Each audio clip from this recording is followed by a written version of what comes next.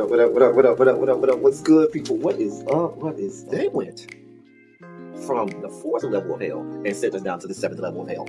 Why? Because then you got Kwanzaa pulling out her titties. The whore pulled out her titties. And these whore bags over here started feeling and fondling on her tits. What? I don't have it to do with you. Girl, you can go over there, rant and rave. Girl, you can shake all your rainbow bright hair all you want, dear one. I'm not doing this. I'm not doing this with you, dear one. I'm not doing this with you, dear one. I don't have nothing to do with you, and I'm done. Baby, you can scream my name from the rooftops from now till Jesus come back. I'm done after this. Introduced to Tick's Meat. Do you see what I see? Did y'all really hello, casting, wardrobe, y'all let him roll up out of wardrobe with these fans on, giving us all of this, thinking we were not going to see it? We have been waiting with bated breath and anticipating all season long for the slightest glimpse, and y'all just put it out there this episode in all of its magnificent glory. Listen, that young man said, baby, you ate on this first date, you giving up the cooch on the first date, okay? Well, you gonna run me my coins. Run me my cooch or run me my coins. Run me my cooch or run me my coins. Run me my cooch or run me my coins. That's our new theme song. That is the new song. Listen, somebody need to put a beat to that. Run me my cooch or run me my coins. Run me my cooch or run me my coins. This what y'all got going on. Called out Sandcastle. Sand, bitch. Ow. Oh my God, it was so funny, girl. Ooh, baby, listen, let me tell you something. This shit started to turn into the precursor for some gay porn. That's what I thought it was. Because Big T is getting all, the voice starting to go deeper and get a little more wet and moist and sentimental and all this shit. And it was real gay at this point. Like, I thought the bitch was going to start. I thought Lil Murder was going to turn Big T around and do him like he did Uncle Cliff and do the grease it up with City Lou and ran right in there. It's not a coincidence that Big T started off the conversation by trying to find out if Lil Murder was fucking Mercedes, which he found out he's not. It's also not a coincidence that he would start talking about prison. Why? Because the bitch was probably up in prison. Uncle Cliff, you better go get your man. Big T got plans for that. Well, he had it on look like something Big Bird vomited up or something like that. Like, I did not like it. That Big Bird couture he was going for, it did not work. Like the pastor of a gay mega church on Easter Sunday. Okay, it was way too much sequins. He had way too much makeup. Baby, his face looked like Iyanla Van Zant's neckline. Okay, just way too much makeup clumped in everywhere on his face. Get it together, sweetheart. Like, you're a big girl, so that gives you a whole lot of canvas. So that was a whole lot of makeup, honey. And Rico looked like he was auditioning to be one of the three kings, or he was auditioning to be the main character on Jesus Christ Superstar. Girl, Wayne, did you have on a blue thong or a blue G-string or something? If you did, I want to see it. Hit me up in my DMs tonight. I do want to see if you have a blue thong or a blue, jock strap or something like that. I'd love to see it. Anyway, but I liked it with the turtleneck. Now,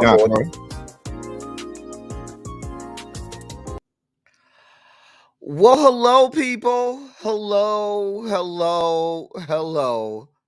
How the hell are you? We are here. Let me put in the members only chat that we are here. Hold on for a moment.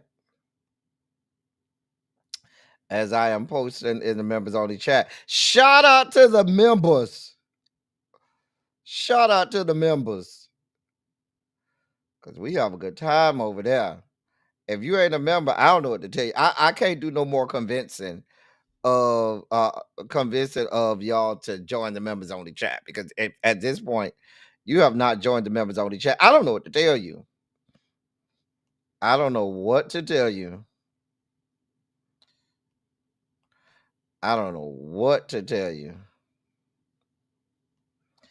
Anyway, give me a second. I'm just posting to the socials. All right.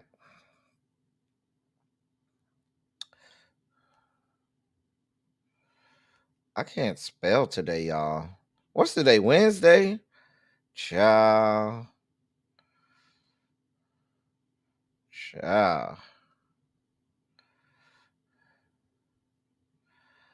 Anyway, I hope y'all having a good day today. All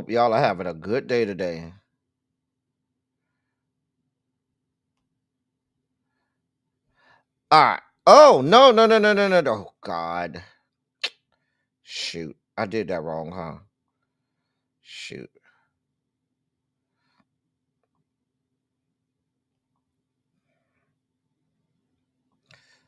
I did that wrong, huh? Let me delete that one. Y'all know I'm having I'm having a rough go at it. Okay, I'm having a rough go at it. Okay, Cha. Give me a second. I'm almost done. I give y'all a chance to get up in here. Okay. Yeah. All right, there we go. Now we're ready. Now we're cooking.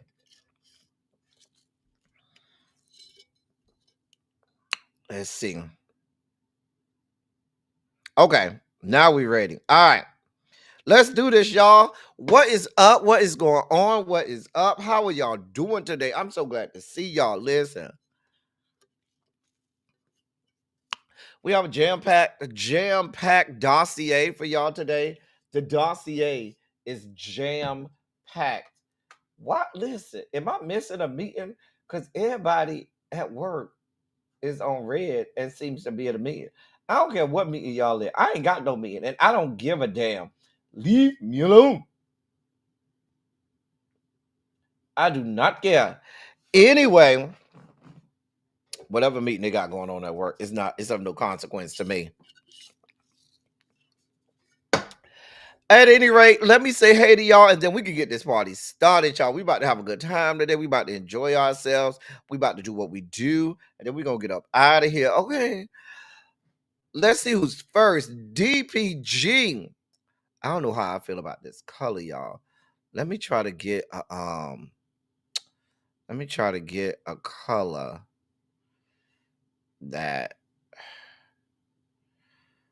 goes. I'm gonna do that deep burgundy like that. That works out much better to match the burgundy in my sweater. Okay, y'all know who I am, so I don't need to have my name up there. Y'all see I ain't got nothing prepared, not nothing. We gonna put this back there. Okay, we ready now. We ready. We ready. We ready. All right. DPG is first. You say it's cold in the DMV. Listen, it's been raining all day. It got up to a warm and steaming 41. So it's been raining all day today. That just means it's about to get real cold. I'm not looking forward to it. Hey Tracy W. Candace F is here. Child. I was talking to my friend earlier today. She's in Richmond. She said it was snowing in Richmond. Hmm. Yeah, she's in Richmond, Virginia. What I'm drinking on, y'all? I'm on my second. I got some Perrier, Masson Perrier Forever Peach. It's really good. And so I knew I was gonna go through that little can, so I got me another one because I knew I was gonna go through that can real fast. That's good. All right. Hey Tamara, what's going on, sweetheart? What is up? Ravine is here. We're glad to see her. Universal Goddess is in the building. My good girl up there in Wisconsin, L Love, my love is here. Hey, sweetheart, Xavier managed to get from up under trade long enough to be here. Hey, Xavier, how's everything down to the Las Vegas? Janae is here. Hey, my love, it's still snowing in Virginia, child. I hope we don't get no snow. Please, God, no. Hey, Symmetry Boo, I feel like I've been missing you the last few days. Maybe I just haven't been paying attention. Y'all know my mind be bad. I don't be paying attention to a whole lot of stuff. I don't know, child. Hey, Miss Shorty B, what's going on, my love? Montrez, what's good, bruh? There go my boo, Tanya. Mm-hmm. Hey, Tanya Boo. Child. You really like this hat? This is my Jordan hat. See, this is my MJ Jordan hat. Child. Hey, Sharice, what's going on? I like it better like this, but people tell me that they like it with it up like this. Either way. Child. Anyway, hey, Simera, what's going on? Hey, Angela. You all right over there? Down to the Michigan? Look at Really B. Really B, is you going live? Or do I have time to play around with? I just need to know if you going live at your regular time, so I know how much time I'm working with. The dossier is real packed today, too. Y'all know Really be down to the Texas, getting it in for work. And I just need to know. Anyway, y'all ready to get started with our Black History moment for the day? Delta Days at the state capitol has taken up a lot of my time recently. Oh, glad it's over. Okay. I don't know when we having Capitol Day at the Capitol. Child, I don't know. I don't never go, so I don't even know why I'm asking, because I do not go. Because it's always doing a bad time for me, and I can never go. Y'all see how Really be ignoring me? Now, I asked her a question. She ignored me. She ain't right.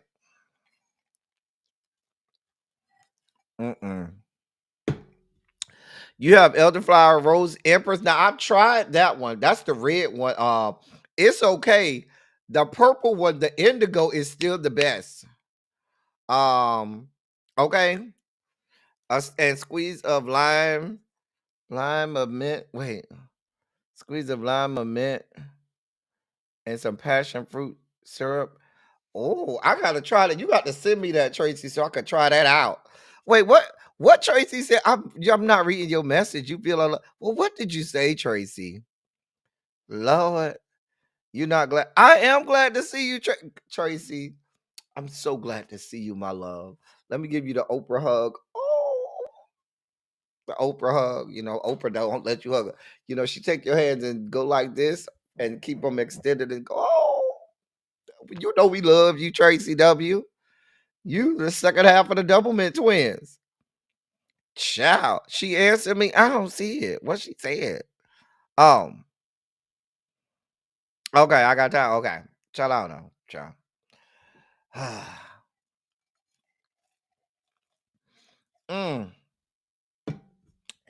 Anyway, let's get this party started, y'all. Let's start with our Black History moment of the day. It's that time. Y'all really like these Black History moments. We may have to keep them going after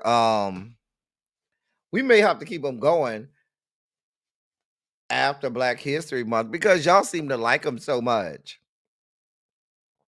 Hey, Tacos and Tequila, what's going on, sweetheart? Let's put this good banner up. All right.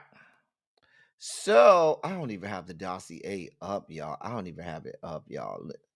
Let me get this dossier good and up. So I can get y'all all of this stuff. All right. So in our first Black History moment, today we learn all about the Pennsylvania Hall Fire of 1838. We learn about the Pennsylvania Hall Fire of 1838. Hey, Jeannie, what's going on, sweetheart? Yeah, Really B brought that snow over there. That's what she did. She brought the snow because she cold as ice. That's our ice queen.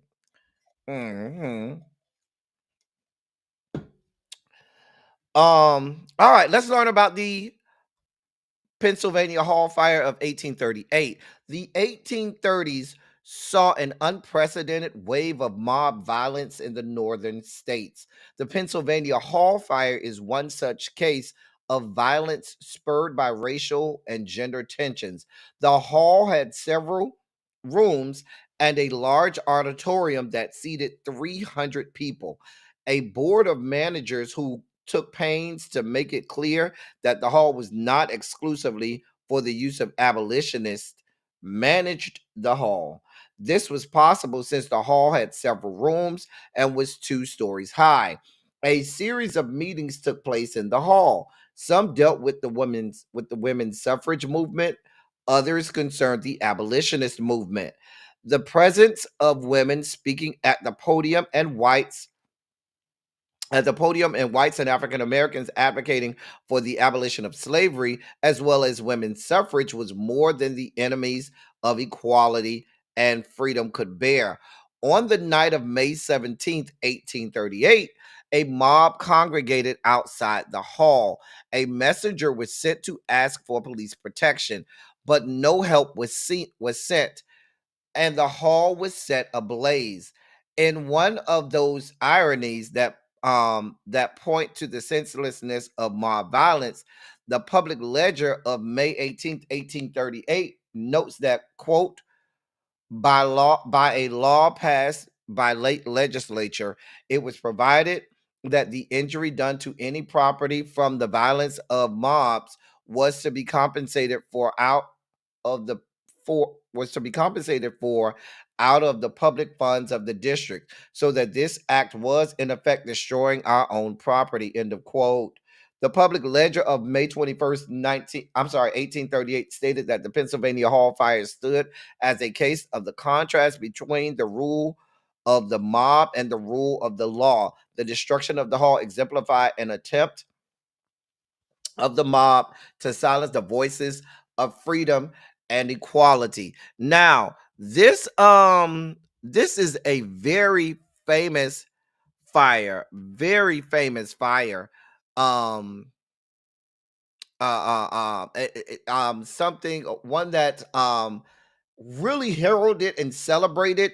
I used to teach about this fire because I would teach of one of the speakers at because at the time they were having meetings there, and they were the women's suffrage movement as well as the abolitionist movement were meeting at the same time. They were having a pseudo convention there. They had invited guests up from the South to that were a part of the abolitionist movement, whites from the South that were a part of the abolitionist movement up there to speak there.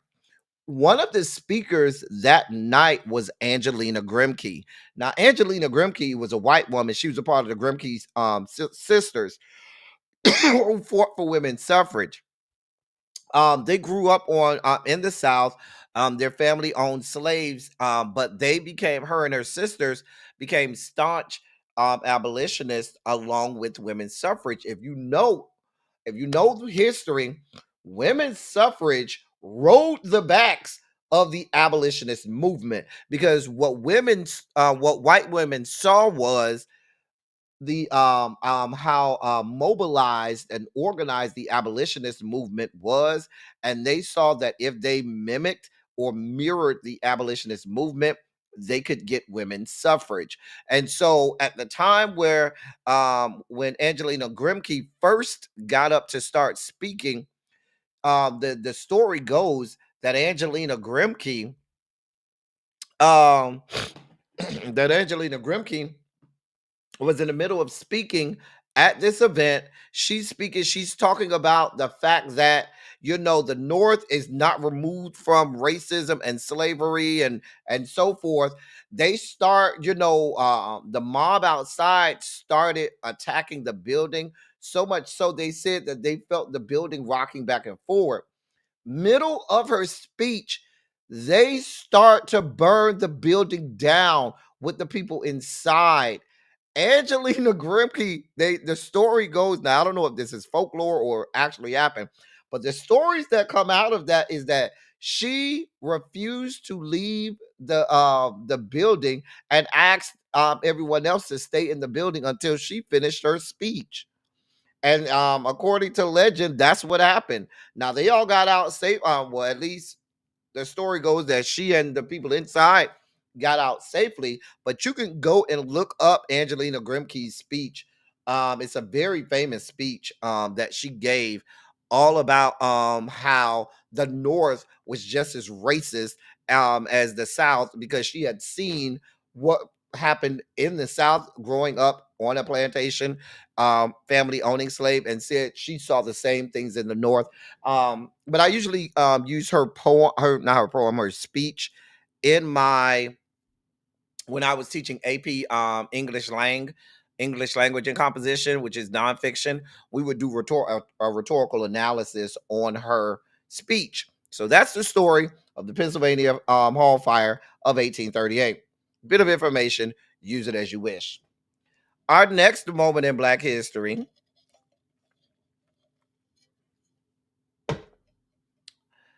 whew, our next moment in Black history is the famous case that led to the end of slavery in Oregon. And this is the Holmes v. Ford case.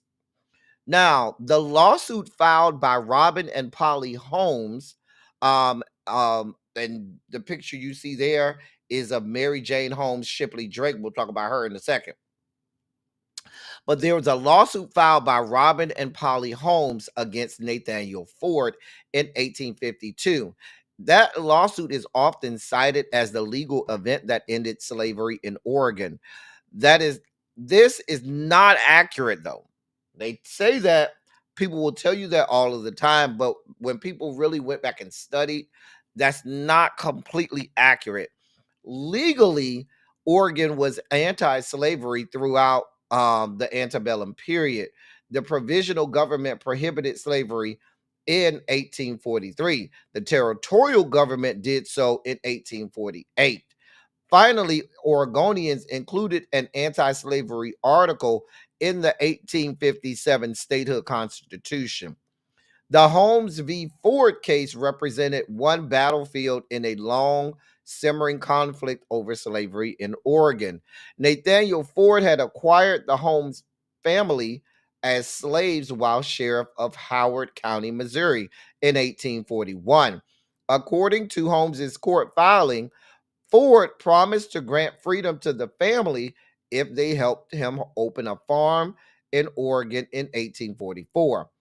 Ford's court filing denied such an agreement. Once in Oregon, Ford continued to hold the family until 1849. According to Ford, Holmes agreed to work for Ford's son in the California gold fields in 1849, and upon his return was set free with his wife Polly and infant son. Ford further claimed that Holmes agreed to leave his other three children with the Fords as wards to compensate for his support of the family in previous years.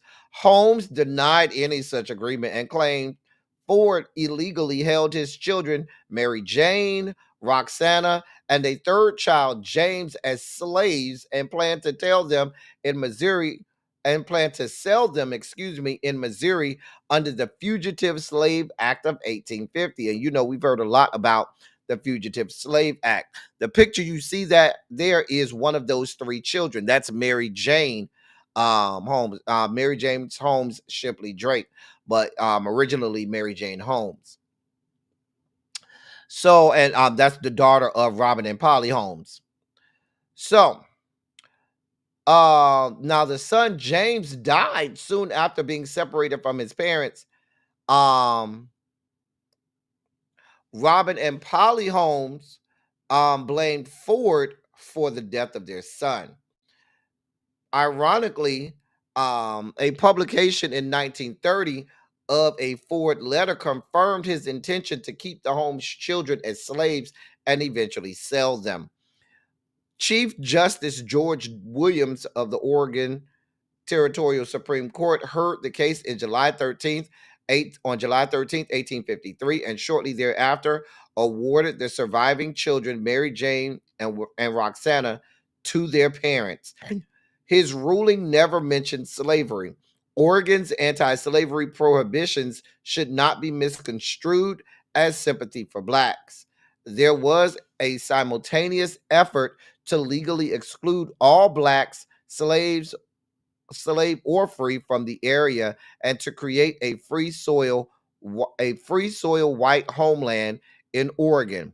Now, if you know the story of Oregon, the reason the Supreme Court justice voted for this is Oregon did not want black people at all. They didn't want no slaves. They didn't want no free. They didn't want black people at all. They wanted Oregon to be white, and all white, a free land with only white people. So, although there may have not been slavery in Oregon, they weren't nice to black people either. And that's the story that, people say ended slavery in Oregon, when there was Oregon didn't have slavery on the books anyway. But that's the story.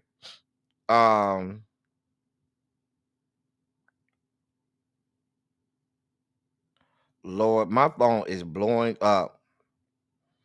I don't know what's going on, y'all. I don't know if somebody died or what, but I done got 14 text messages in the last 5 minutes. Jesus God. Lord, Lord. Hold on, y'all. Let me make sure ain't nobody died. Okay, ain't nobody died. Okay, great. Okay. So that's the story of Holmes versus Ford. Let's go ahead and get to our sugar spike segment. Larry, you ready? Larry, you ready? All right, Larry look like he ready. Ladies and gentlemen, non-binary, gender-conforming members of our audience, I bring to you the great Larry Myers to help us usher in our sugar spike segment.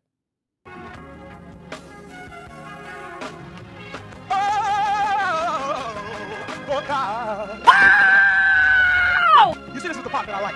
Major sugar spike. So long, well, I want to fight. Daddy gave, he gave his only begotten son. Major sugar spike. And shall ever believe. Major sugar spike. They shall not perish, but have everlasting life. Taste the biscuit. Jesus! I wish somebody help me. Jesus. It's always something, y'all. Every day is something new, okay? Every day is something new. Where's our girl? Because we wake up every day. We wake up every day here. Every day. We have to wake up like this. It's just a mess. Just a mess. Just a goddamn mess. So, well, your president says that inflation is back, but he ain't had nothing to do with it. That's what he said. President Trump is seeking to distance himself from a rise in inflation, arguing the uptick had nothing to do with his return to the Oval Office. Trump instead placed blame on former President Biden in an interview Tuesday, decrying what he characterized as reckless spending during the previous administration. I mean, because that wasn't reckless spending with you doing laps around Daytona Speedway, right? Whatever. Quote, inflation is back. No, think of it. Inflation's back. And they said, oh, Trump. And I had nothing to do with that. End of quote. That's what he said. He went on to say these people have run the country. They spent money like nobody has ever spent. They were given $9 trillion to throw out the window. $9 trillion. End of quote.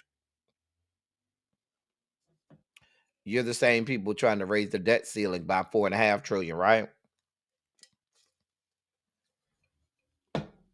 Now he was doing an interview with Sean Hannity with his boss at his side, Elon Musk. He was doing an interview with Sean Hannity when he said that.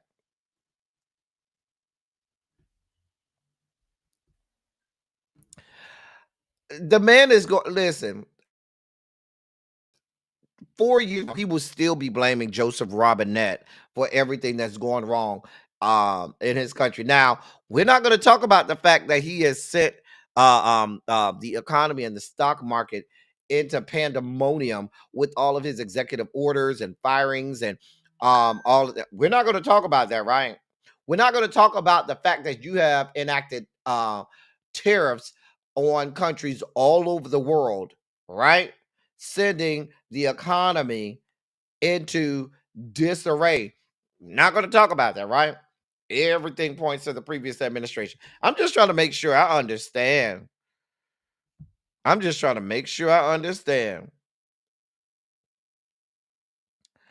Cha.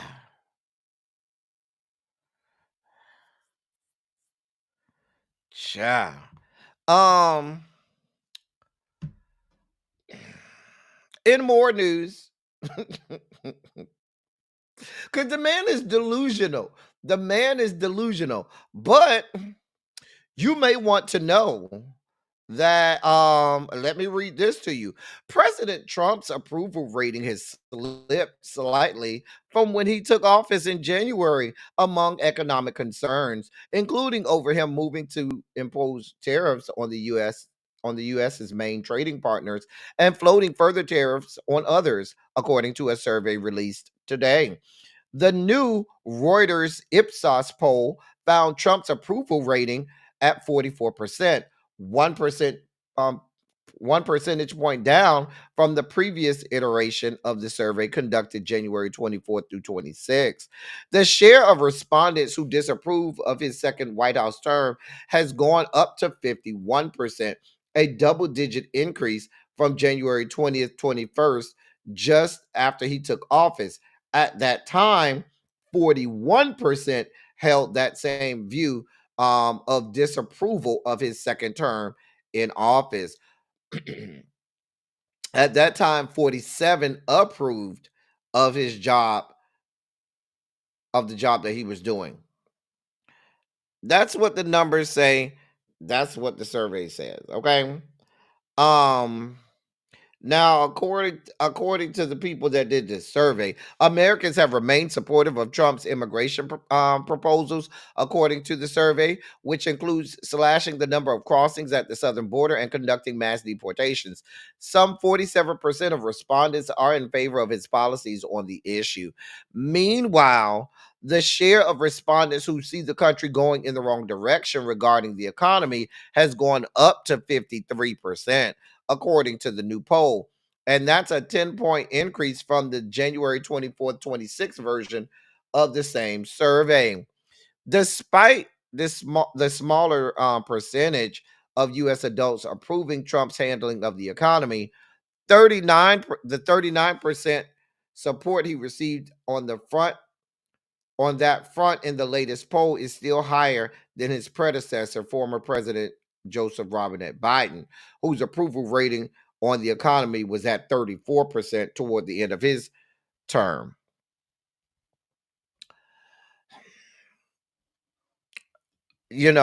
People are saying that we're going to have to let them feel the burn, or we're going to have to let these people suffer a little while.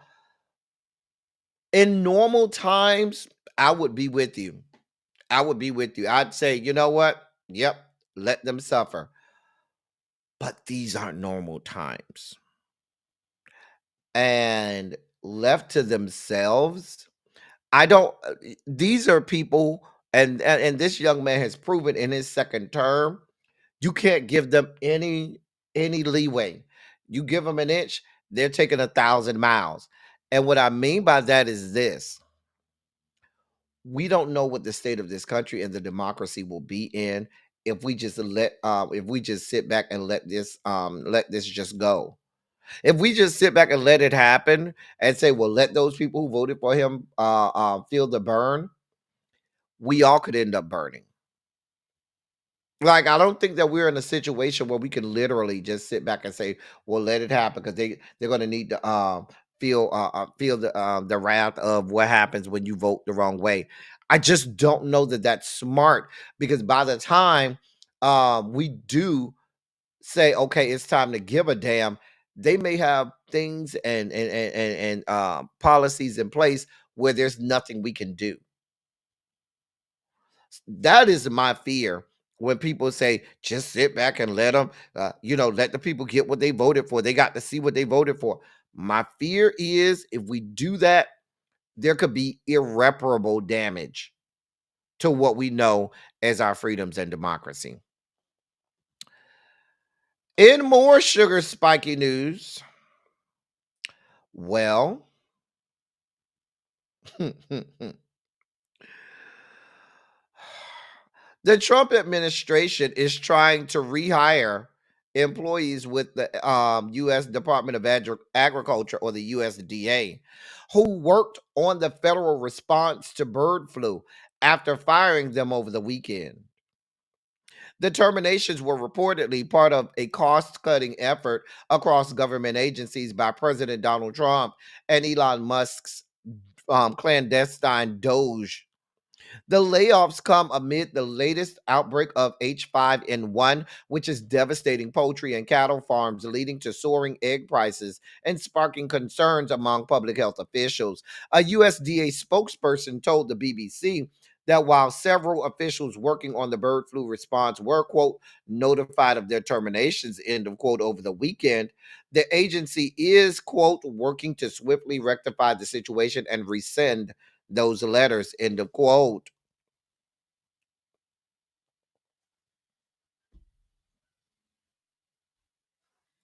I told y'all yesterday, these people are out here just doing shit and don't know what the fuck they're doing. They're not, this proves they are not looking to see if there's government waste. They're not looking to see where we can save money. What they're looking to do is they're looking to just fire people outright without checking to see what's going on, without looking to see how this could affect the American public, how this could affect the country at large. They're not looking at any of that. They're just trying to gut the federal government so that they can have money in their coffers to give tax cuts to the wealthiest people. So now they fired these people and are trying to backpedal and pussy pop off of it. They're trying to rescind these letters. The damage is already done. They already have the first person in the U.S. that has died from this bird flu. There are several cases of bird flu spreading across the country, infecting, of course, the poultry, but affecting dairy cows, and dozens of people have already been infected. But we've already had our first death in the state of Louisiana. And this all the while y'all firing the people in the USDA whose job it is to do something about this. And now you're trying to backpedal and pussy pop off of it. Hey, Savon. Hey, Brown Mama. Listen.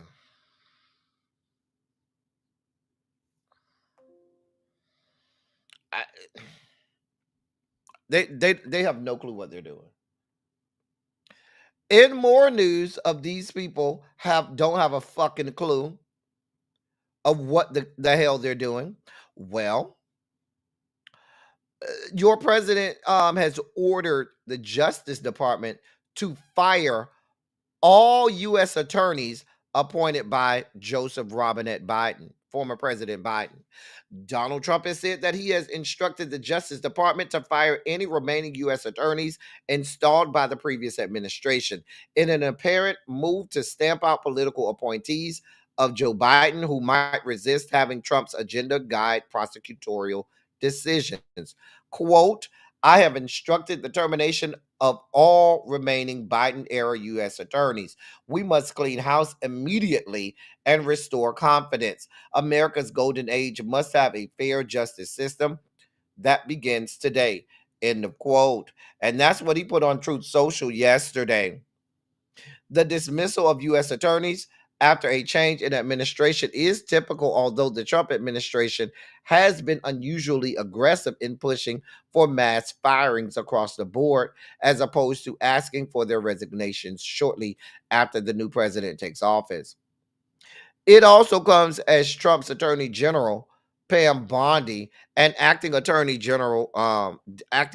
Attorney General Emil Bove have moved to implement the administration's political agenda at the Justice Department and their vision of the unitary executive theory. We talked about unitary executive theory on Red, Blue, and Black last week, so go watch last week's episode of Red, Blue, and Black where we talked about unitary executive theory. Or was that week before last? I think it was week before last. I think it was 2 weeks ago. Uh-huh. But the unitary executive theory is where the president directs all cabinet level agencies. and basically can do whatever he wants with these government agencies. In recent days, Emile Beauvais, as the number 2 official overseeing day-to-day operations, pushed through the dismissal of the corruption case against Eric Adams over there in New York, pending a review of the case by Trump's pick to run the U.S. Attorney's Office in Manhattan. Once he is confirmed by the Senate. It's a mess out here, y'all. It's a whole mess. A whole mess.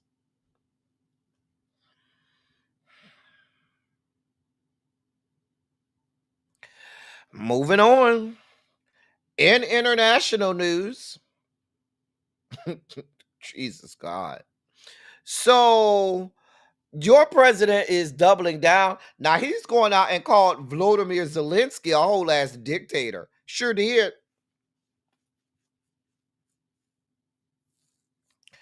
Your president has attacked Volodymyr Zelensky, calling him the Ukrainian president a dictator, and warning that he, quote, better move fast or he won't have a country left, end of quote.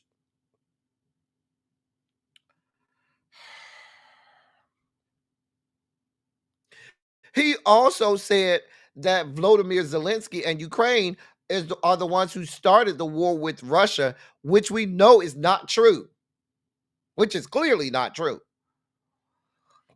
Excuse me.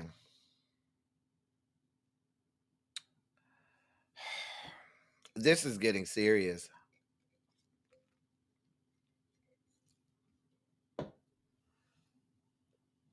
We talked yesterday on Red, Blue, and Black about how Ukraine and Europe said y'all can't think about having no goddamn peace talks with Russia without having us involved. Trump don't give a damn. Marco Rubio don't give a damn. They're over there having powwows with the Russian Minister of State and saying that they have negotiated peace talks with Russia without involving the Ukraine. Trump saying that Ukraine started the war and that they should have ended the war a long time ago. This is what we have going on, alienating all of our allies in Europe. This also coming off of the heels of you implementing tariffs on goods imported from Europe as well.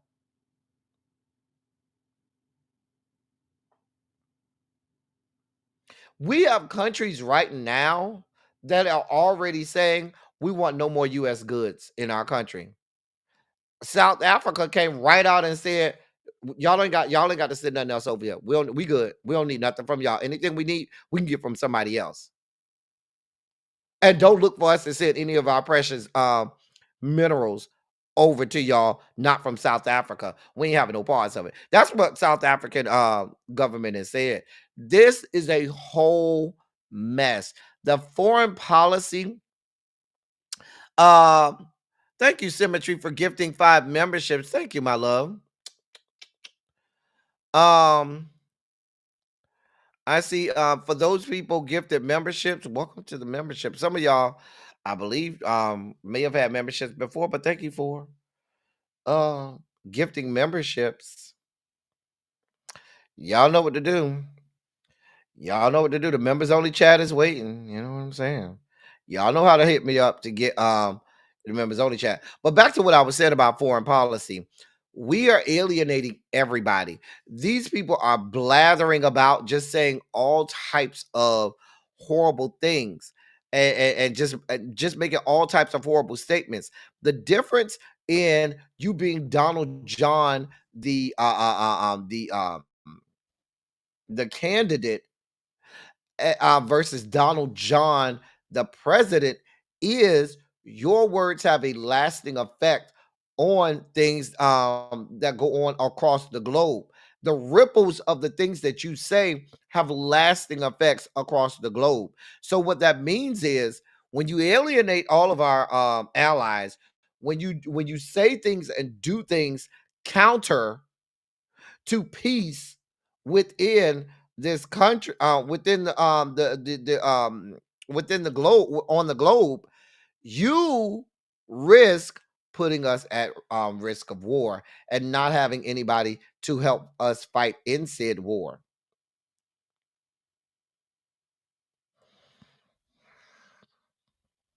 I already told y'all. I fully expect that by the time we get to by the time we get to the election in 2028, we're going to be in the middle of a war. I fully expect that. Fully expect it. Fully expect it. Hey, Pinky Tiki. In more sugar spiky news, because it ain't getting no better, RFK Jr. says that there's a panel that will examine childhood vaccine schedules. But he's saying, I don't think I'm going to change it.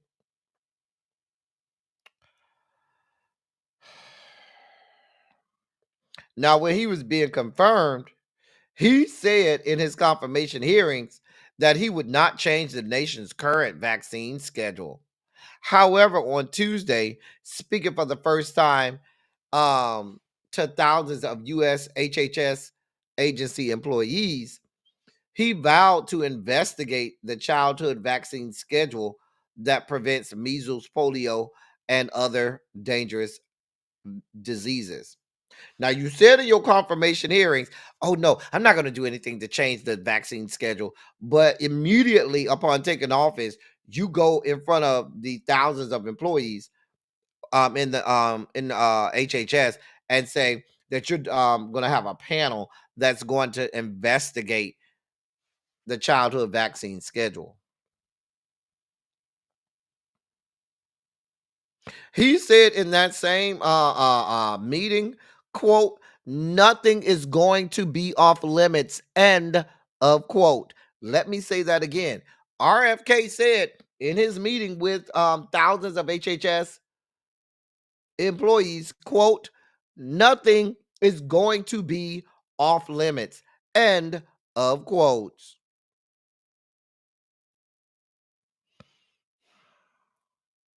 He also added in his statements to them that pesticides, food additives, microplastics, antidepressants, and the electromagnetic waves emitted by cell phones and microwaves would also be studied.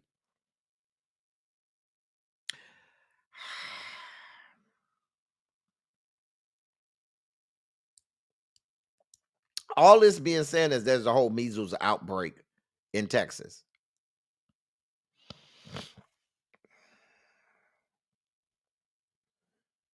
Now this happened. They had this ceremony for him at the agency's headquarters in Washington D.C. This past weekend, and this was right on the heels of them firing thousands of HHS employees and stating that they expect to fire more.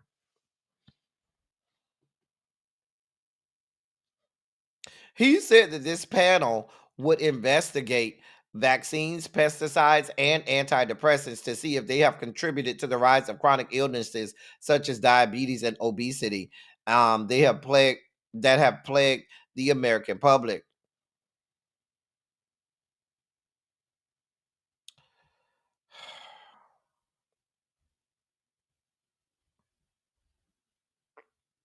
This is happening.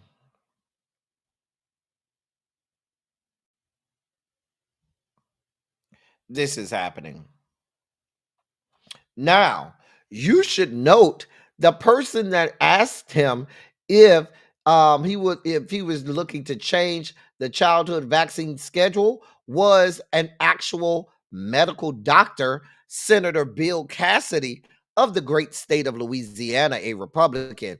And he stated that that was the reason that him stating that he wouldn't do that was the reason that he was able to vote yes to confirm RFK Jr. And we weren't even a week out from that confirmation and swearing in, and he already said, "Oh, throw all of that out the window. I'm here now. We're gonna go ahead and then look at the childhood vaccine schedule."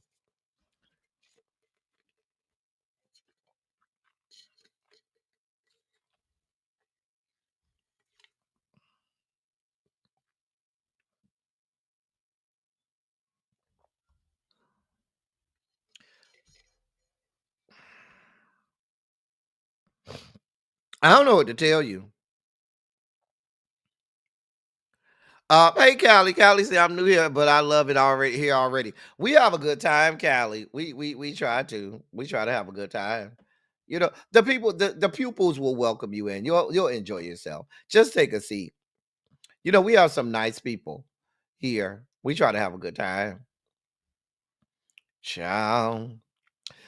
There's some other new people. Y'all can fall out the bushes and let us know y'all are here. We don't bite unless you enter that kind of thing, and then we can, bite you. But if you ain't into that kind of thing, we won't. But yes, y'all, everything we tried to tell y'all about this man, RFK Jr., he is. The man said nothing's off the table. Nothing's off limits. So I told y'all, these people don't do nothing but get on the doggone Senate floor. They'll say whatever they need to say. They will lie and say whatever needs to be said. And when they get in office, all of that is thrown to the wolves.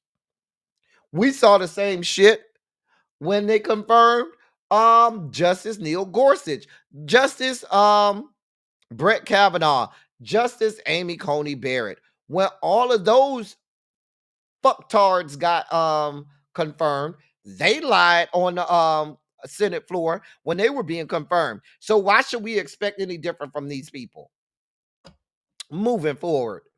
In the great state of Maryland, we have some sugar spiky news. A parade celebrating Frederick Douglass has been canceled after the Maryland National Guard dropped out following the Trump administration's anti-DEI orders. Organizers have canceled a parade planned to honor the 207th birthday of the Maryland native Frederick Douglass and famed abolitionist after the Maryland National Guard announced they could not participate, citing the Department of Defense's order to cease celebrating, quote, identity months, end of quote.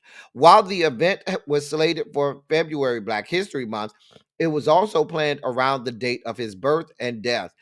Frederick Douglass, as you all know, was born in February of 1818, and he died on February 20th in 1895.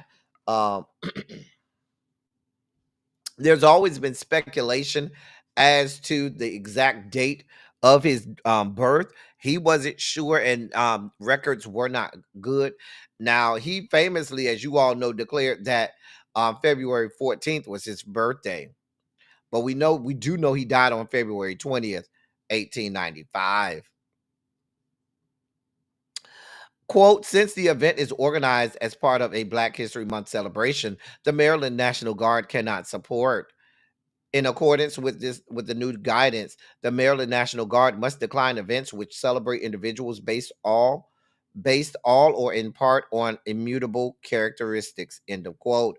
And that's according to the Maryland National Guard Lieutenant Colonel Megan Lazak. In addition to the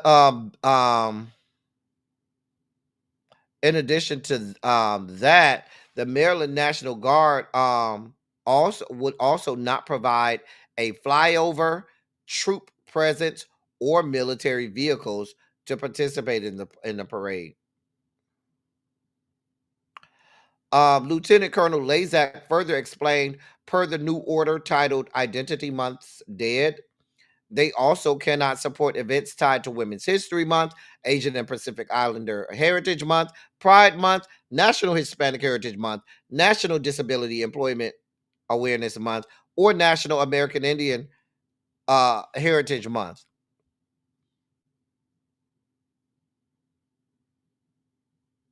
This is happening.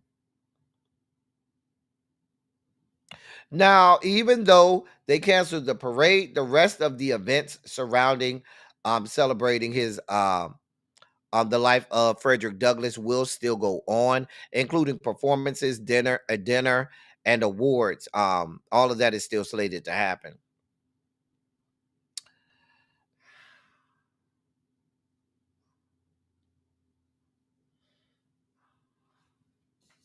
Why everybody like this hat? You want this hat, Cam? Everybody like this hat. It's an old hat. I've had this hat for a minute. Hey, Lock Queen, what's going on, sweetheart? Listen. Hey, lovely True Red. Y'all, this is happening. Hey, Fran. Marylander, listen. I think y'all should still do the parade and just have the municipality police force do security. Y'all can still have the parade. Y'all can still have the parade. I don't see why you would not still have the parade, but just have, the local police and sheriff's office. The local police departments are under the leadership of the mayor. I'm sure the mayor of the respective city wouldn't mind doing that. I'm just saying. We'll see. In more sugar spiky news, because the shit keeps happening. We fucking got airplanes falling out of the goddamn sky all over the goddamn place. Aircrafts have collided in midair near Arizona. 2 people have been near an Arizona airport. 2 people have been reported dead. The Federal Aviation Administration and the National Transportation Safety Board are investigating a deadly aircraft collision near the Marana Regional Airport in Marana, Arizona. Police in Marana first confirmed news of the deadly incident just before 12 p.m. Mountain Standard Time today. They had initially reported at least 1 fatality, but 2 people were later confirmed to be dead, and that's according to the Associated Press. Both the FAA and NTSB later confirmed a midair collision between the 2 small planes, a Landcare 360MK and a Cessna 172 at just after 8:25 a.m. Mountain Standard Time. There were 2 people in each plane. Following the collision, the Cessna landed uneventfully at the airport, while the Landcare crashed near a runway where a post-impact fire ensued. The FAA further noted that Marana Regional Airport is considered an uncontrolled field, meaning it does not have an air traffic control tower. Rather, pilots flying in the field are responsible for communicating their positions to other aircraft operators. Both agencies will be investigating the cause of the crash. The NTSB is also asking any witnesses to contact the agency at its email address.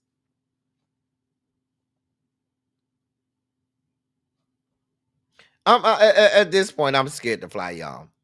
Hey, Yana. Hey, Shay. Yep, we talked about the tuberculosis outbreak. We talked about that last week.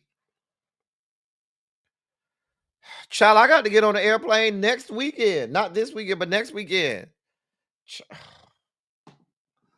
Y'all. And I don't have a choice because I got to go across the water to the Virgin Islands. So I got to fly. There's no way to get there. Y'all, this shit is getting scary now.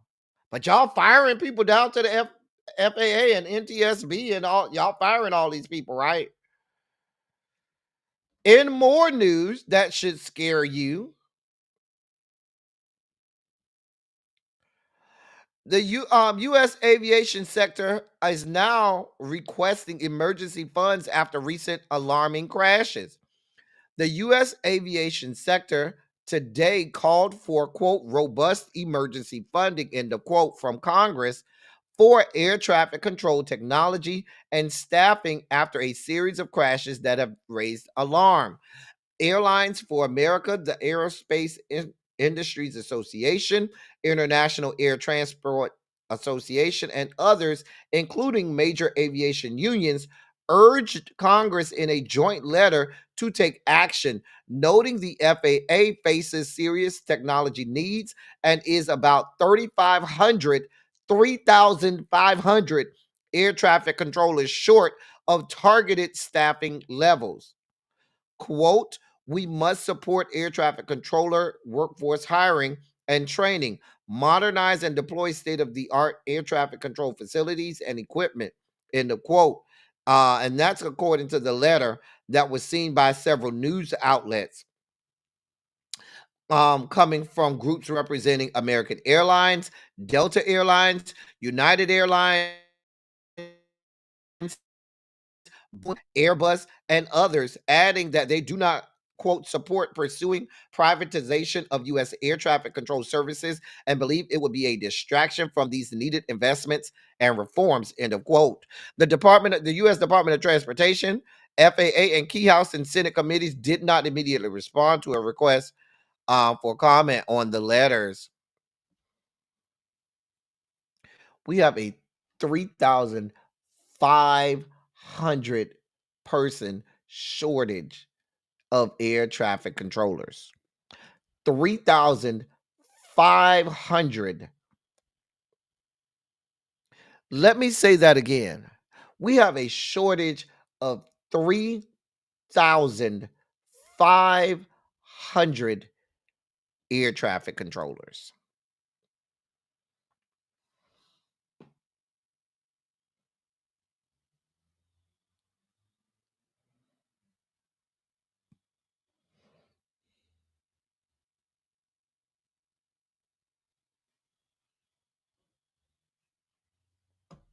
I don't know what y'all want me to do with that. I don't know what y'all want me to do with that. This shit is getting scary, y'all. In more sugar spiky news, God save us all.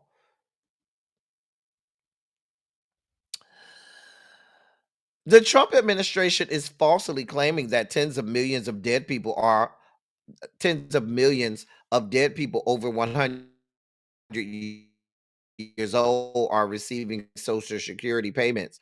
Over the past days, President Trump and billionaire advisor Elon Musk have said on social media in a press briefing that people who are 100, 200, and even 300 years old are improperly getting benefits. Quote, a huge problem, end of quote, according to Elon Musk and his Doge.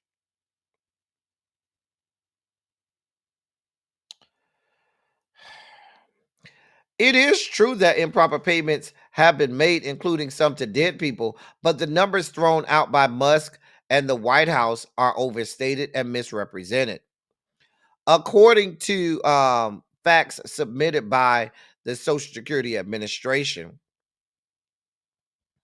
um, they're saying that what are they saying? Where are the numbers? I just lost it. Just lost my numbers. They're saying from fiscal years 2015 through 2022, the agency paid out almost $8.6 trillion in benefits, including $71.8 billion, or less than 1%, in improper payments. Most of the erroneous payments were overpayments to living people. In addition, in early January, the U.S. Treasury clawed back more than $31 million in a variety of federal payments, not just Social Security payments but other payments that improperly went to dead people. A recovery that former Treasury official David LeBrick said was, quote, just the tip of the iceberg. The money was reclaimed as part of a 5-month pilot program after Congress gave the Department of Treasury temporary access to the Social Security Administration's full death master file for 3 years as part of the omnibus appropriations bill in 2021. The Social Security Administration maintains that maintains the most complete federal database of individuals who have died, and the file contains more than 142 million records, which go back to 1899, according to the Treasury. Now,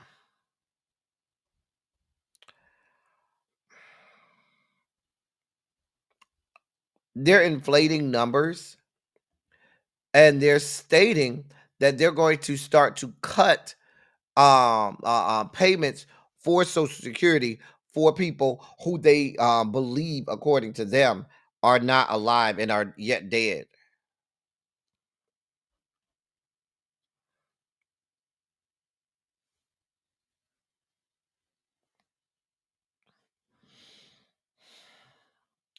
I'm just telling you what's happening. I'm just telling you what happened. What's happening.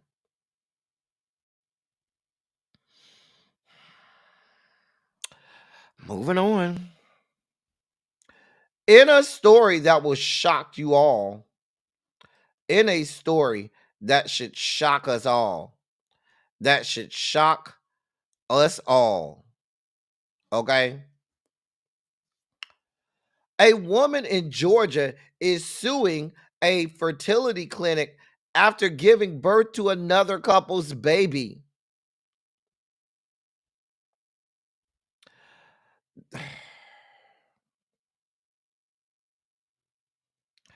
A Georgia woman is suing a fertility clinic she used to get pregnant after they implanted the wrong embryo. She gave birth to another couple's baby.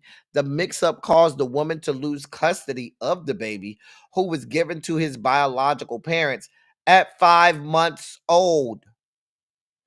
The woman's attorney says this is not the first time a mix-up like this has happened, and is calling for federal regulations on fertility clinics.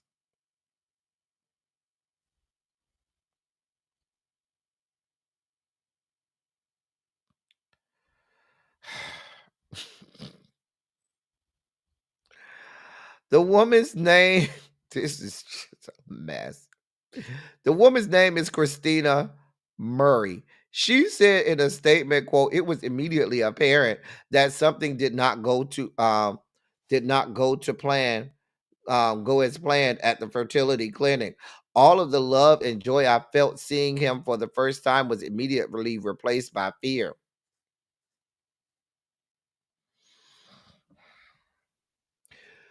When she wanted to have a baby as a single woman, she went to the coastal fertility specialist in Savannah, Georgia. She selected a sperm donor, a Caucasian man with similar features to hers, and went through months of treatment to have her baby. However, when the baby was born, he was African American. Murray said she immediately hoped there had been a mix up with the sperm donation, but she feared it was something more. Murray said questions instantly filled her mind, including, quote, how could this have happened? What happened? What was he genetically related to me at all? If he wasn't, could someone come and take him from me? End of quote. And that's exactly what happened. She brought an at-home DNA test and discovered the baby wasn't hers. The fertility clinic had implanted another couple's embryo in her, and she had their baby. When she notified the clinic about the mix-up, worried that the same thing could happen to another potential parent, they contacted the baby's biological parents who took custody of the boy at 5 months old. This is awful. That woman finna get a lot of money. She also said in a statement on the video to the news outlet, quote, I loved, nurtured, and grew my child, and I would have done literally anything in my power to keep him. My baby is not genetically mine. He doesn't have my blood. He doesn't have my eyes, but he is and will always be my son. End of quote. And that's what she said yesterday. She's suing the fertility clinic, saying no parent should ever have to endure what she is going through.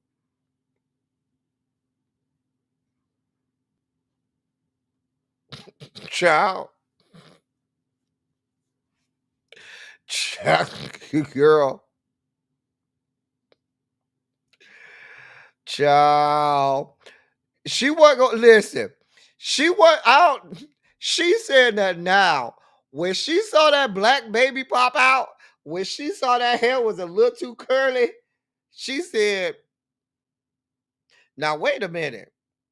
I chose one more good Caucasian man, one more good man descended from the Caucasus Mountain. Where the fuck all this goddamn melanin coming in from? Baby, I don't know what to tell you.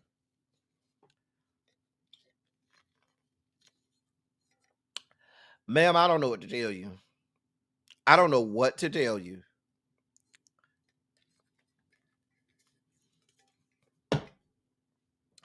I don't know where her baby at, Uncle Jay. Hey, Uncle Jay, I don't know where her baby at. Listen, I ain't got nothing to do with it. I ain't got nothing to do with it. I don't have anything to do with it. Listen, the baby came out black and she knew it wasn't hers. Although she claimed, I would have taken care of my baby. I love that baby and he will always be mine. He's not your baby, ma'am. In the immortal words of Michael Jackson, but the kid is not my son. But the kid is not my son. I'm just saying. That's what Michael Jackson said. I ain't got nothing to do with it. Ma'am, go ahead, collect your money, because you about to get broke off. Let's be clear. Ma'am, you about to get broke off. Collect your money, go get your egg, go to a your embryo, go to a reputable fertility clinic and have your baby. Mm-hmm.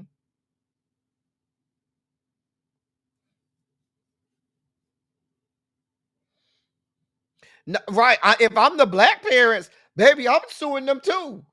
I'm suing them. If I'm the black parents, I'm with you, Janae. If I'm the black parents, I'm suing too. Baby, these people about to be broke off. Broke off. Okay. As we delve out of the sugar spike segment and deeper into the dossier, LeVar Ball is in the news. Yes, that LeVar Ball, father of Lonzo Ball, LaMelo Ball, and LiAngelo Ball, the Ball family. He done had his foot amputated. Y'all see it bandaged up over there. Listen, he had his foot amputated after suffering a serious medical issue. Now, TMZ says that they're being told that Lonzo Ball underwent a recent procedure to have his right foot removed. But despite it all, they say he is in good spirits and doing well.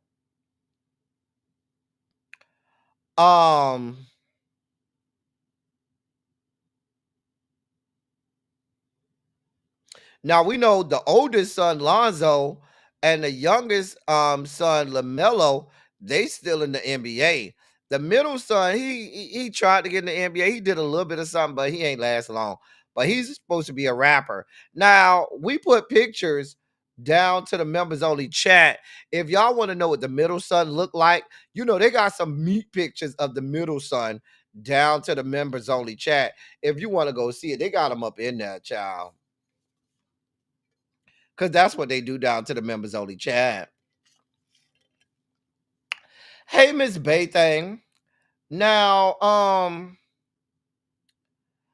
I was looking to see if they had any information on what he was dealing with or whatever, but they didn't have any information on what exactly his physical illness was.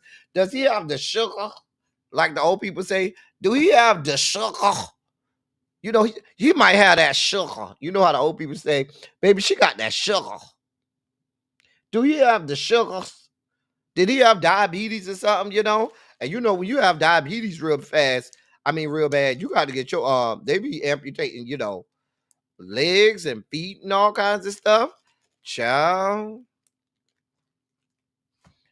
You know how the old people say, he had the sugar. The sugars.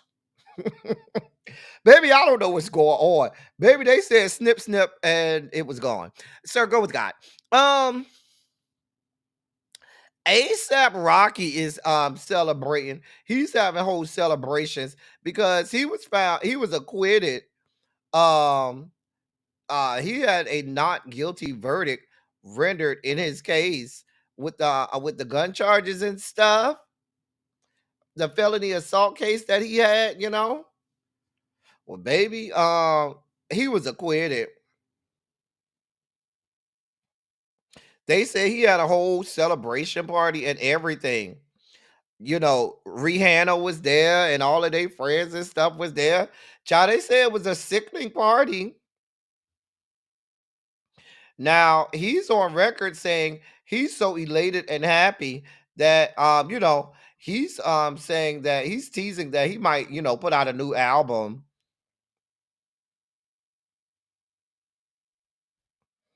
He was so happy that his attorney Joe Tacopina has been nicknamed ASAP Joe by ASAP Rocky, making him a full-fledged member of the ASAP gang or whatever they got going on because he helped him get off. Baby, I don't know nothing about it.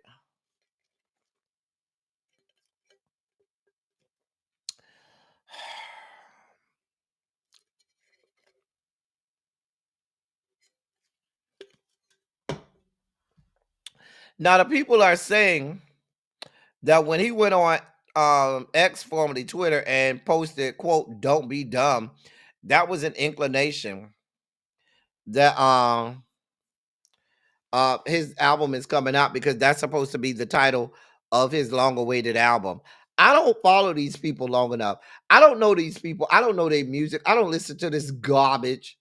So I really don't care. Sir, you got off. Go away from us. Go with God and go finish beating in Rihanna's guts or whatever you need to do. I ain't got nothing to do with it, okay? We don't want Rihanna's new album. We don't. I'm just saying. Anyway, in more news. So Ray J just can't keep himself out of trouble. Somebody gonna fuck you up, Ray J. Somebody is gonna fuck you up. So Ray J is in the news because him and Suge Knight's son is going at it. Now that's Suge Knight's son on the right, and you know Ray J in the middle, and Suge Knight over there on the left. Now, just days before Suge Knight's son, whose name is Suge J. Knight, well, I'm sorry, just days after Suge Knight's son challenged Ray J to a fight, Suge Knight is now calling Ray J out for lying on his name. For years, Ray J has bragged about his connection to Suge Knight, even claiming he owns his quote life rights in the quote. But Suge said in a new interview with the Art of Dialogue, quote, "When it comes to Ray J, and you said you got my life right. So let me tell you something, little boy. Now you playing with my kids and my family. So we gonna play with yours. Since you say you got my life rights and you gonna mess up the money my family gets, I'm gonna sue your punk ass. I will get every dime you get, every dime your mama hide. End of quote. Suge Knight also called out Ray J over his past comments about um former Death Row singer Danny Boy's sexuality. Ray J once claimed that he didn't know Danny Boy was gay, but Suge wasn't buying that.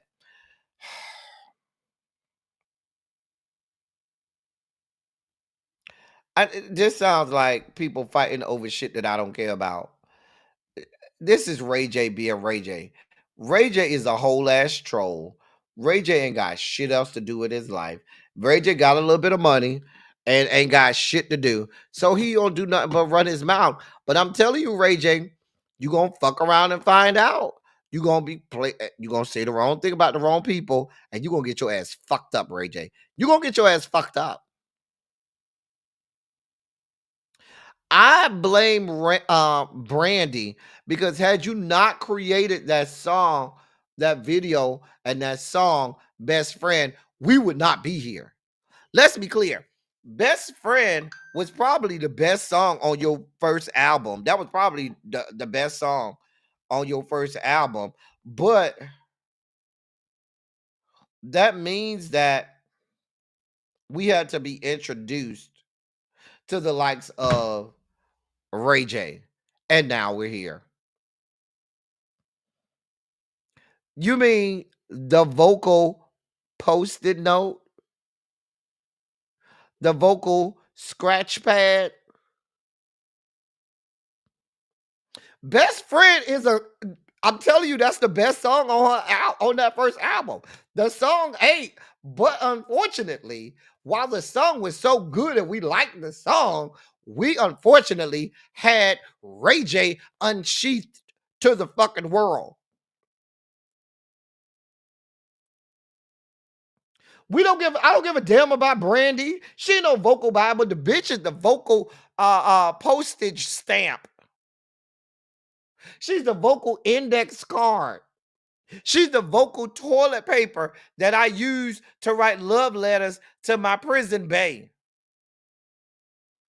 Vocal Bible.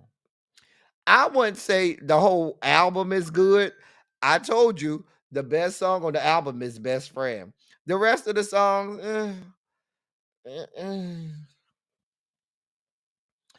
we talk about the first. Now the second album, I'm here for. We here on the second album. The second Brandy album we could talk about. That first album, child, she was really just yinging around the house on that first album. But that second album, I was like, okay, bitch. The second album is my favorite album. But that first album, she wasn't doing nothing but yinging around the house.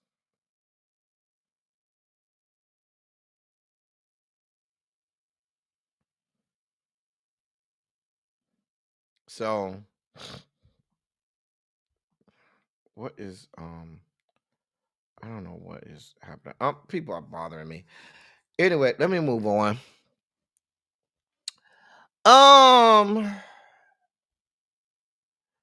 Megan Z is in the news. Megan Z is in the news. Okay. Hey, TJ. So Megan Z has finally released her tequilas. Now, what I need y'all to do, her tequila brand, I need somebody to go and check on this tequila, because we know Claudia Scheinbaum has already said, stay y'all motherfucking asses out my country. Y'all doing tariffs on us. We doing tariffs on everything coming up out of Mexico. And a tequila is only considered a tequila if it's made in that portion of Mexico. Okay? So I don't want you to be around here selling fraudulent tequilas, Megan Z. We love you down, but we don't want you around here selling fraudulent tequila, okay? It's called Chicas Divertidas, with 2 premium flavors, Blanco and Reposado. The tequila is made from 100% Blue Weber agave, sourced straight from the volcanic islands of Jalisco, Mexico, and crafted at Casa Centinela. Okay. Um, they say that the Blanco version is crisp and smooth with notes of citrus, rosemary, and green tea, while the Reposado delivers a richer vibe with caramelized agave, oak, and warm spices. The bottle design pops with stunning pink, red, orange, and purple hues, inspired by the agave plant and the angel's trump flower. The cap features a broken heart with a dagger, likely a nod to Megan Thie's love for anime. You can purchase Chicas Divertidas tequila at chicasdivertidastequila.com and at reservebar.com. I, I won't be buying it. I don't drink tequila, okay? I don't like tequila. I don't drink tequila. Tequila does not taste good to me. And that's why I don't like tequilas. For me, my alcohol, I need to like the taste of my alcohol, even without chaser.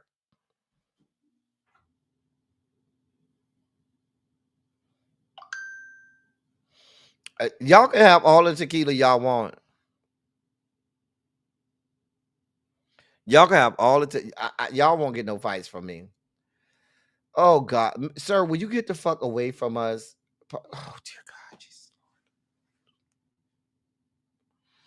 Can you just stay out of the fucking news cycle for once, please? Please. Like you just have to control the news cycle, right? Diddy is in the news. So he is moving to dismiss a charge in the superseding indictment filed against him, alleging that the law itself is, quote, racist, end of quote.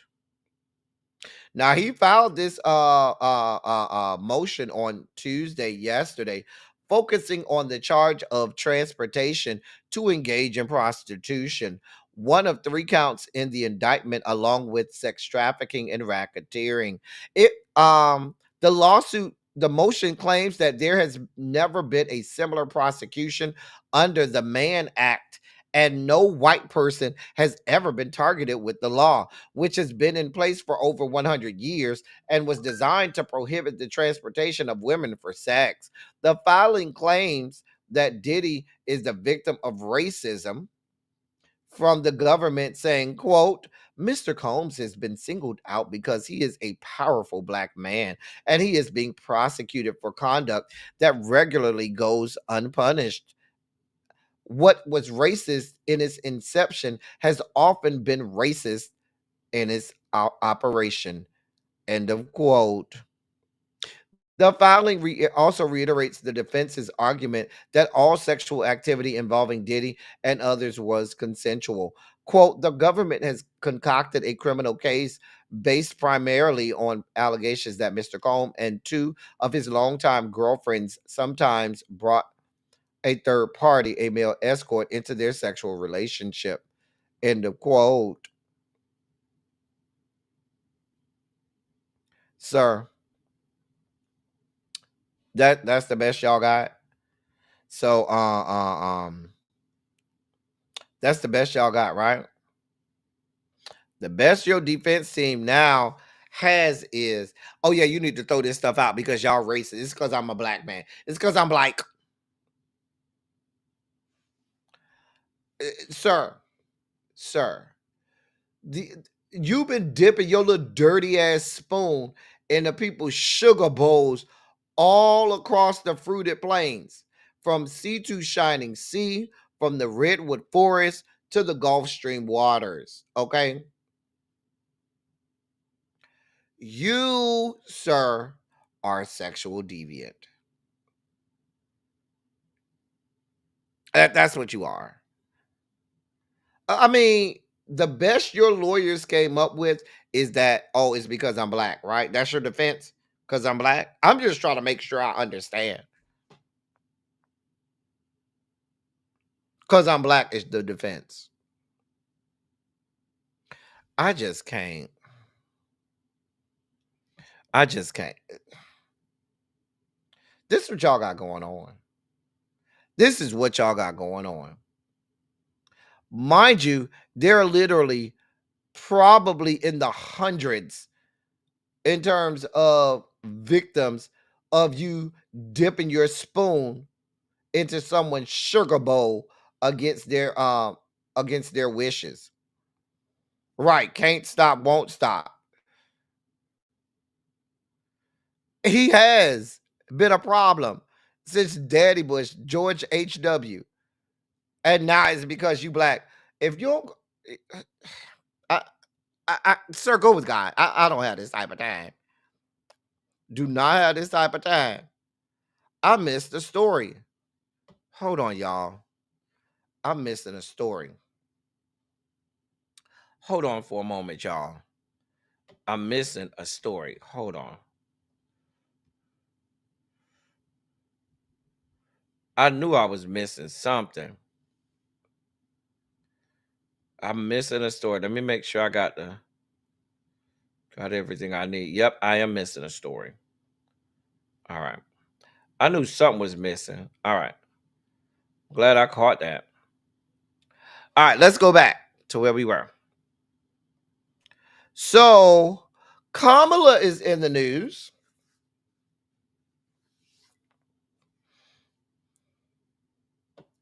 Kamala is in the news. So, she has inked a Hollywood deal with a talent agency. Yes, former Vice President Kamala Harris has inked a Hollywood deal with a talent agency as she forges ahead with life after leaving office as a private citizen. The Hollywood Reporter has reported that Kamala is now being represented by a creative artist agency, better known as CAA, which will work with the former Democratic presidential nominee on speaking gigs and publishing opportunities. Quote, CAA will work closely with Harris on her post White House initiatives, creating strategic opportunities that expand her platform in support of the issues she has championed throughout her decades-long career in public service. End of quote. And that was a statement from CAA. Her new deal with CAA is not new, as she was previously represented by the agency before she was elected vice president in 2020. The agency has also signed on former President Joseph Robinette Biden. Like most modern former presidents and vice presidents, both Harris and Biden are expected to publish memoirs post office as CAA clients. Y'all, this is very, very common. This ain't nothing new. She ain't trying to go out there and get an acting gig. And if she did, that'd be great too. But most people in these positions, not just former presidents and vice presidents, but people who are former secretaries of state or defense secretaries and people of note in politics, when they come out of office, they will have an agency that will represent them and help them get gigs. They'll have a talent agency that will help them get speaking engagements, write a book and different things. The Obamas have a talent agency that represents them. The Clintons have one, the Bushes. This is very common stuff here. So we expect all of that. Kamala, baby, the American people might have did you a favor, okay? Now that you're not here, baby, live out the rest of your days. Make all the money you need to make. Save yourself the gray hairs, the frustration, heartache, and pain, and live out the rest of your life. You are a historic figure. You're the first ever black vice president of these yet to be United States of America, and nobody can take that from you. You're the first female vice president of these yet to be United States of America, and no one can take that from you. Baby, live your life out, okay? And don't look back. Don't even look back, baby. Oh, y'all, okay? I'll be over here making my money. Make your money, honey. I don't even think she should run for governor of California. I don't, baby. You are 60 years old. You have a lot of life left ahead of you. Make your money, travel the world, eat, drink, and be merry. That's it. That's all. We listen. We love you, Kamala. We love you. In our last story of the day, so Tupac's murder trial has been delayed until next year after new evidence allegedly supporting Keefe D's innocence.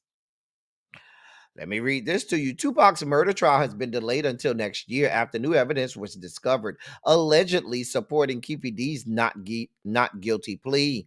Originally scheduled to start next month in Las Vegas, the trial was postponed to February 9th, 2026 by Judge Carly Kearney during a hearing yesterday. The ruling came after Keefe D, real name Dwayne Davis, who is the only person to ever be charged with the killing of Tupac, filed a motion to delay the trial, citing new witness testimony, which apparently helps to prove his innocence. Judge Kearney said during the hearing, quote, "It looks like there are quite a few things that are left to be done to get this case prepared so that Mr. Davis can have effective assistance of counsel." End of quote. The judge also asked Keefe D if he agreed to the delay, which he did. In the aforementioned motion, Keefe D's legal team argued that they needed more time to interview witnesses and do investigative work that was critical to their case. According to the defense, investigators have discovered witnesses who can prove that Keefe D was not at the scene of the murder, which occurred in September of 1996 on the Las Vegas Strip. Now, let's be clear, because when people sometimes when they write these articles, they make it as if he died right there on the Strip. Remember, he got shot on the Strip and died like, how long was it? It was like a week later. I know it was a few days after he was shot up, he died. He was in the hospital for a few days. I think it was like what, close to a week. He was in the hospital before he died. Because sometimes when they write these articles, they make it seem like, oh, he got shot up and died right there on the Las Vegas Strip, and that's not how that went down. I'm just saying. Now, Keefe D has been in police custody since September of last year, when he was charged with orchestrating the fatal shooting of Tupac. He also recently attempted to get his murder charge dismissed, claiming that he um, had previously agreed to an immunity deal with law enforcement. Now, he told detectives back in 2008 that he was indeed involved in Tupac's murder, but his lawyers argued that he made this admission as part of a proffer agreement, meaning anything he said could not be used against him in court, and that his agreement should still stand. Prosecutors denied that there was any evidence of such an agreement, which the judge ultimately agreed with, ruling in their favor. Sir, I don't know.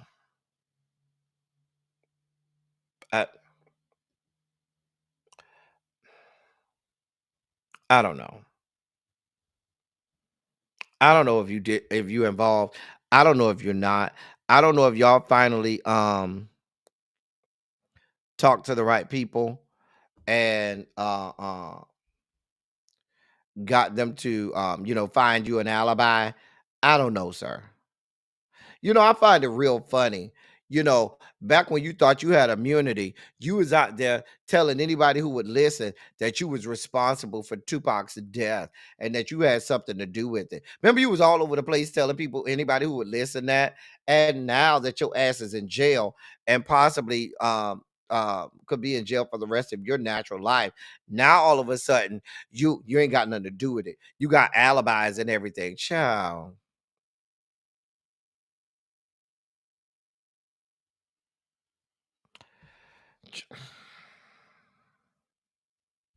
Child, whatever. Sir, go with God. Anyway, that's all I got for y'all today. That completes the dossier today. I am hungry. I'm about to go get me something to eat. I don't even know what I want to eat tonight, but I know I want something good. I want some good fried fish. A good piece of fried fish will go a long way right now. Fresh out the grease. You know, you want some fried fish fresh out the grease. You know, where it's so hot that you got to go, to try and keep your tongue and mouth cavity from burning. Yeah, that's how you want your fish. Fresh out the grease, just hot as hell. Damn near giving you first degree burns. Okay. I think that's what I'm gonna go get. Anyway, y'all, if y'all enjoyed yourselves today, go ahead and put a 27 in the chat or a Shondo in the chat if you enjoyed yourself today. Because I enjoyed y'all.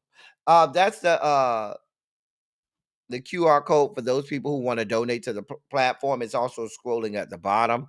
If you're one of the people who received members only, I'm sorry, a membership today, thanks to our girl Symmetry giving out memberships. If you received a membership from our girl Symmetry, shout out to Symmetry. Please make sure that you send me a message on Instagram. Make sure you give me your YouTube name on Instagram so that I can add you to the members only, send you the information to join the members only chat. Okay? So, if you fall into that category, or if you're new, I have some other new members that should be in the members only chat, and they're not over there yet. Make sure you send me a message on Instagram. Please, in your message, give me your YouTube handle so I can make sure that I can validate you are in the a part of the member program. That's we about to go down to the members only chat and have a good time like we always do every night. Anyway, as I always say, I love y'all. I love on y'all. Thank you all for being vocal, present, and active. Thank you for doing what you do. Excuse me. Thank you for any and all contributions that you make to the channel. They are much obliged and much appreciated. Uh Really B says she's going live a little bit later. So y'all lay around for that. We'll all be over there, but I'm about to get out of here. I'll be back tomorrow. Okay. I'll be back tomorrow. And then we off for the weekend. Okay. We don't have no palate cleansers on the way out. That's only silly Saturday, sir. Sir, leave us alone. Sir, please leave us alone. Anyway, until next time, thank y'all for coming. Y'all drive safely. I'm out. Love y'all.